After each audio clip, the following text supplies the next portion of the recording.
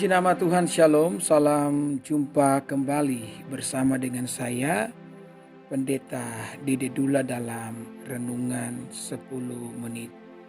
Apa kabarnya saudara di hari ini? Harapan saya semua saudara yang ada di luar sana dalam keadaan sehat dan dalam keadaan yang diberkati oleh Tuhan. Dalam Renungan 10 Menit di hari ini saya ingin menyampaikan sebuah tema, yakni hanya Tuhan yang memuaskan. Dalam Yesaya pasal 55 ayat 1 mengatakan, "Ayo, hai semua orang yang haus, marilah dan minumlah air. Dan hai orang yang tidak mempunyai uang, marilah. Terimalah gandum tanpa uang pembeli dan makanlah juga anggur dan susu tanpa bayaran." Saudara, Alkitab mengatakan bahwa manusia itu haus. Setiap kita ada dalam keadaan kehausan. Dan hanya kebenaran yang dapat meredakan dahaga setiap kita. Sebelum manusia menemukan kebenaran atau mendapatkan kebenaran, maka manusia akan terus mengembara di padang gurun yang tidak ada ujungnya. Rasa haus di dalam diri akan terus menyiksa setiap kita.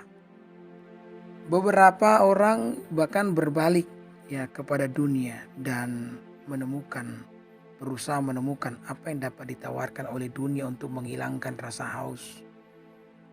Jika kita berusaha mendapatkan hal dari dunia selain kebenaran untuk menghilangkan rasa haus kita, maka rasa haus itu akan semakin bertambah.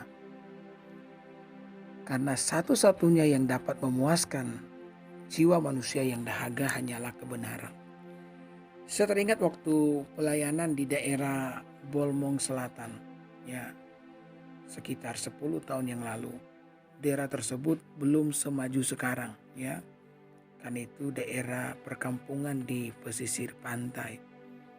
Ketika melayani di tempat itu, saya mengalami sebuah kesulitan. Kesulitan saya adalah susah untuk mendapatkan air bersih, air tawar, air minum.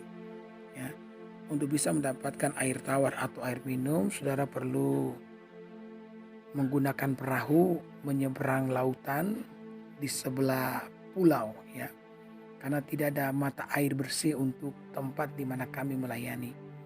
Yang ada hanyalah mata air yang mengandung air bergaram, kalau orang kampung di situ mengatakan air salobar. Jadi air itu memiliki rasa yang aneh ketika diminum. Bukannya dahaga hilang, melainkan semakin haus, Maka orang-orang kampung lebih suka untuk memasak air itu dan dibuatkan teh, agar bisa diminum. Karena kalau tidak dibuatkan teh, rasanya air itu benar-benar sulit untuk ditelan. Bahkan yang lebih buruk dari air salobar tersebut adalah air itu terlalu banyak mengandung karang, Ketika air itu direbus, maka karang-karang itu akan kumpul di bawah atau di dasar kuali, Dan air itu akan sangat berbahaya jika dikonsumsi secara terus-menerus. Itu akan merusak ginjal, saudara, Nah, ini merupakan sebuah contoh yang gamblang yang dapat saya gunakan untuk menunjukkan kepada saudara, ketika kita berusaha mencari selain kebenaran, kita mencari hal di luar kebenaran untuk menghilangkan rasa dahaga kita, maka itu hanya akan memperburuk keadaan, memperburuk situasi. Saya juga teringat ketika saya kecil, saya main dengan teman-teman dan biasalah anak kecil selesai main begitu kan kehausan. Saya lari ke dapur, saya ingin minum, dan di atas meja dapur itu ada mangkuk yang berisikan air. Itu pikir saya, air itu hampir memenuhi mangkuk tersebut.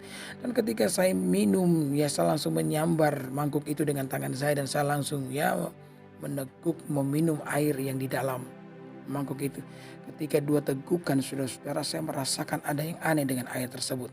Itu kerongkongan saya sampai ke dalam paru-paru saya terasa begitu panas. Ternyata itu bukan air minum tetapi itu air minuman keras ya, atau orang Manado bilang cap tikus, saudara-saudara, minuman keras. Dan itu adalah ya minuman keras dari papa saya yang ditaruh di situ.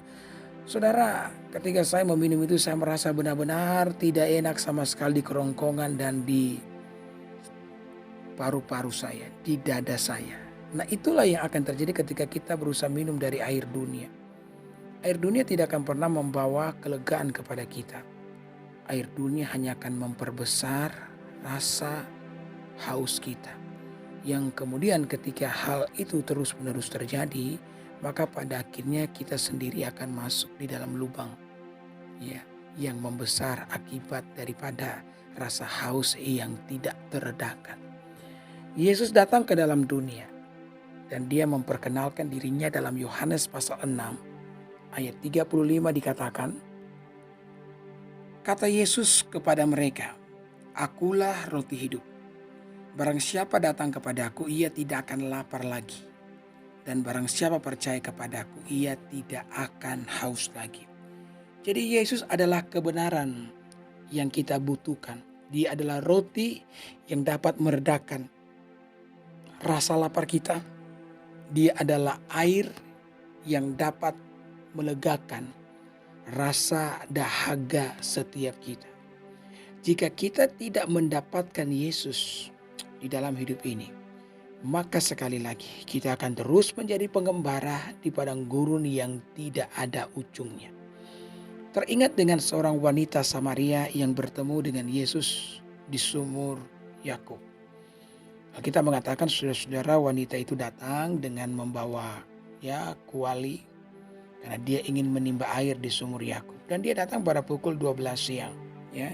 Itu adalah waktu yang tidak tepat untuk menimba air, karena biasanya orang menimba air kalau bukan waktu pagi ya waktu sore hari.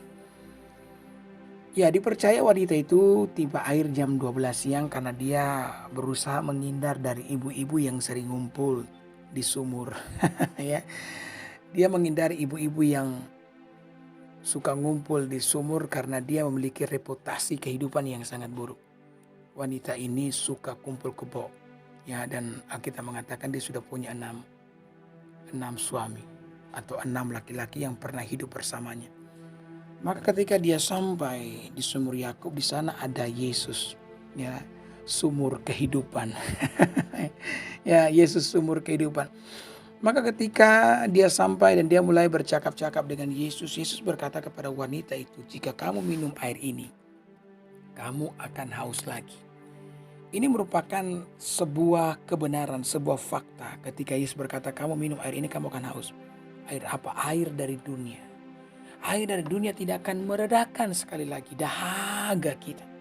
Kita akan terus-menerus menjadi haus dan tidak akan pernah dipuaskan, sama seperti zombie.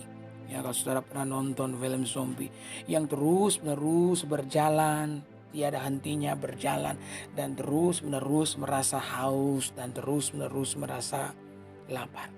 Tetapi puji Tuhan, ada kalimat yang Yesus lanjutkan. Yesus berkata, "Tetapi jikalau kamu minum air yang akan kuberikan kepadamu." Apa itu? Kebenaran.